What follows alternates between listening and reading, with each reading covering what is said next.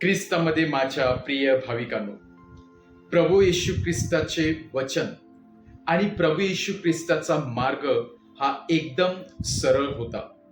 प्रभू येशू ख्रिस्ताने कधीच wrong advertisement आपल्या शिष्यांना किंवा लोकांना दाखवली नाही. जे सत्य आहे आणि जे काही त्याच्या जीवनामध्ये होऊ शकते त्याच विषयी प्रभू येशू ख्रिस्ताने आपल्या शिष्यांना आणि ऐकणाऱ्यांना सांगितलं. आणि त्यामुळेच सर्वच जण प्रभू येशूच्या मागे येऊ शकले नाही, कारण काही जणांना प्रभू येशू ख्रिस्ताची शिकवण फार अवघड वाटू लागली. प्रभू येशूच्या मार्गावरती चालणे अशक्य वाटू लागले आणि म्हणून प्रभू येशूच्या मार्गावरती चालणे पाहिजे तितकं सोपं नव्हते. 12 शिष्य अपॉसल होतेच, परंतु त्या व्यतिरिक्त प्रभू येशूच्या मागे जाणारे लोक फार कमी होते. चमत्कार करण्यासाठी किंवा पाहण्यासाठी येणारे लोक फार होते.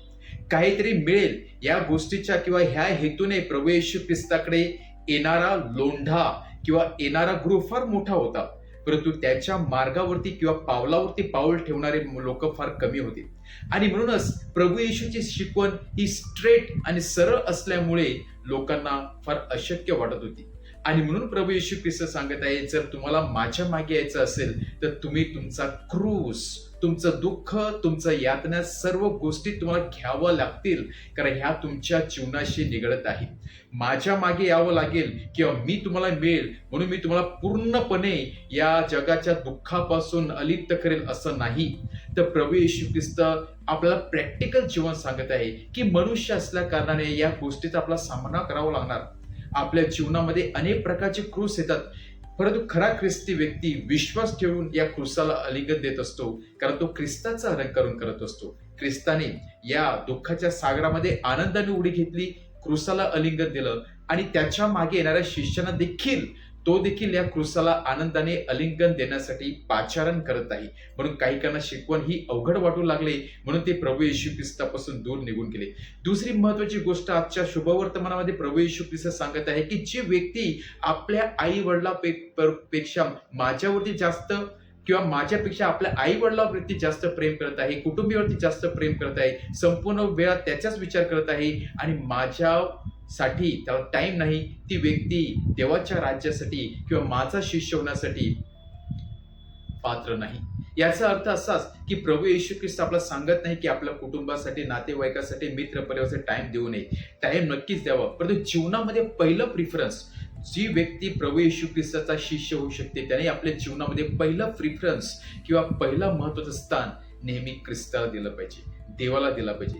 जी व्यक्ती आपल्या जीवनामध्ये पहिलं स्थान, अग्रस्थान देवाला देते, सकाळी उठल्याबरोबर देवाला धन्यवाद देते, पवित्र मिस्सामध्ये सहभागी घेते आणि देवाला नेहमी स्तुती देत असते, त्या व्यक्तीच्या जीवनामध्ये कितीही दुःख आले, किती क्रूस आले तरी ती व्यक्ती आनंदाने, विश्वासाने त्या दुःखाला सामोरे जात असते. ती व्यक्ती नेहमी आनंदी असते, समाधानी असते. आणि परंतु जी व्यक्ती संपूर्ण या 24 तासामध्ये कधीच ख्रिस्ताचा विचार करत नाही, इतरांचा विचार करते, स्वतःच्या गोष्टीमध्ये आनंदामध्ये गुरफटलेली असते, ती व्यक्ती कधीच यशस्वी होऊ शकत नाही. आणि म्हणून आज प्रभू येशू ख्रिस्त आपल्या सर्वांना त्याच्या जीवनामध्ये, आपल्या जीवनामध्ये प्रथम ख्रिस्ताला अग्रस्थान देण्यासाठी पाचारण करत आहे.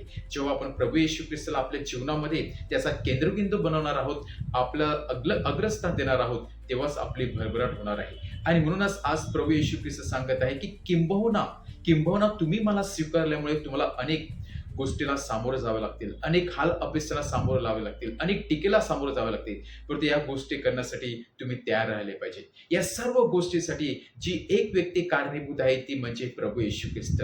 आणि म्हणून प्रभू येशू ख्रिस्ताचं वचन ऐकून आपण कन्फ्यूज होतो की प्रभू येशू ख्रिस्त सांगत आहे, मी या धरतीवरती शांतता आणण्यासाठी नाहीच, तर कधी कधी अग्नी आणण्यासाठी आलेलो आहे, फूट पाडण्यासाठी आलेलो आहे.